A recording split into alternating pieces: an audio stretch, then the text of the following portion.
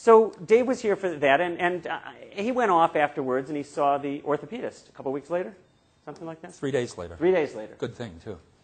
Now, the orthopedist saw him and got an x-ray of his shoulder, which I didn't do because I didn't know exactly what the orthopedist was going to want to do. And this is Dave's shoulder x-ray. I got a call from the orthopedist. Actually, I think it was an email, actually, saying, well, we looked at Dave's shoulder, and I don't think there's much going on with it. But there's something else. And it's right here, for those who can see it. Something's there in the chest that shouldn't be there. Now, have you ever been in a state of denial? I was in a state of denial.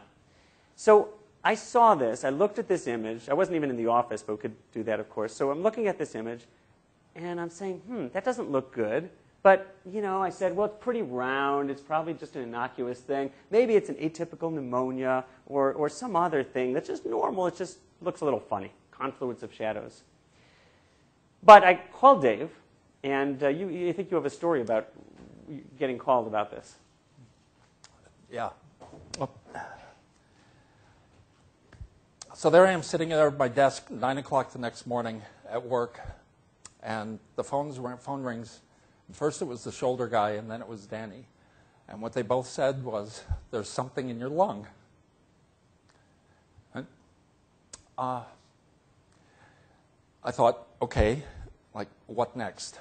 Right? Because part of the story is that when we moved back from Minnesota, I didn't get the job that I thought I was going to get, and the housing slowdown just started. So I had like 2 houses, and for several months no income, and so now that was finally rolling. I had this good job, and okay, now there's something in your lung.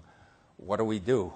And so Danny said, well, we don't know what it is. We're going to have to do a workup. It could be something fungal. Who knows? I was in denial, remember. Also, Dave actually looked really good. Okay? If this was something bad, and I'm rationalizing now, I'd say, Dave would really look bad. He'd lack energy. And he was a little tired and stuff, but nothing serious. And I kept thinking how good he looked, and I really didn't believe, I didn't want to believe that this patient, this friend of mine, I mean, if you're seeing a patient for so many years, they're friends. And this friend of mine, something bad was going on.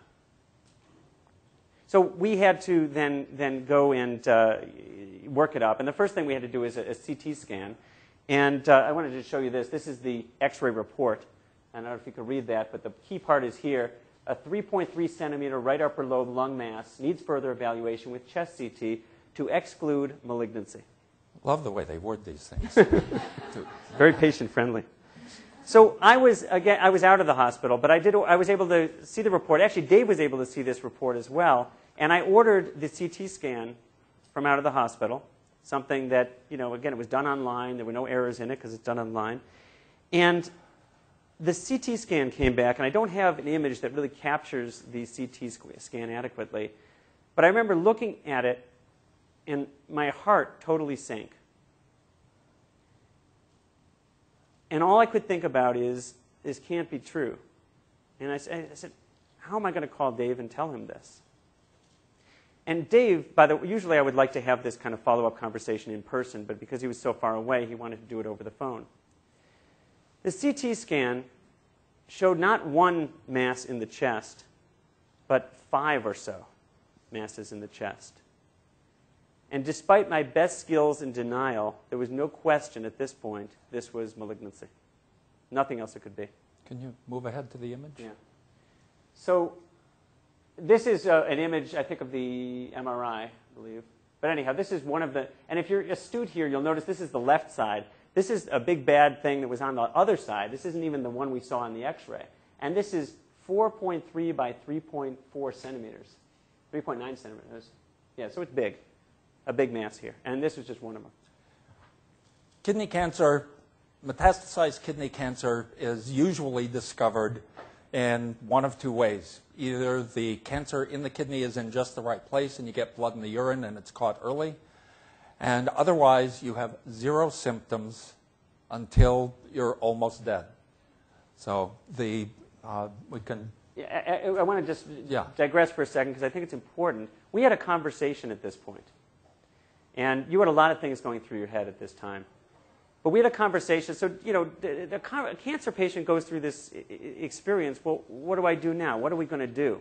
And Dave asked all those questions. And I just remember some of the parts of the conversation.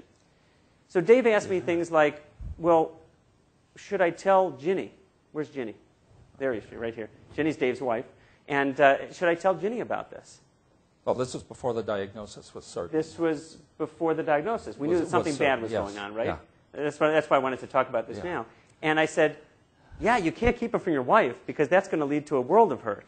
Because she's going to find out one day or eventually. You have to discuss it because you need your support. And I said, yeah. Okay. Yeah. So she was able to look at his record with him. Dave said a few more things. He said, well, I like to sing. Dave's in a barbershop chorus. Is that the right name for it? Barbershop chorus. He says, should I stop singing so I can concentrate on this workup? And I said, no, you should keep singing. You should keep active and do as much stuff as you can. And I said, and you remember that conversation we had about cutting out the fats and not eating so much? Forget it. just forget it altogether. Yeah, I want to interject something here that we didn't rehearse. It's one thing to have your doctor say there's something in your lung. It's another thing when you have, well, at the end of that phone call, all he could offer me to do, he said, well, go home and have a glass of wine with your wife. And then regarding singing, he said, you don't want to start canceling life activities that you love because it sends the wrong message. And I'm thinking, holy crap, what's going on here? I also said you're going to need to have support here. And obviously your friends and your families are going to be very important. I asked him to use PatientSite with me, that is, send me messages as often as he wanted to. There's this concept of therapeutic journaling, which is that if you write things down, I mean, you could do it on his own in a journal, but writing things down is therapeutic. There's a literature on that. And so I said, send me a message every day if you want to. Just let me know when you want me to respond or when you don't need a response, because I wanted him to just have some outlet.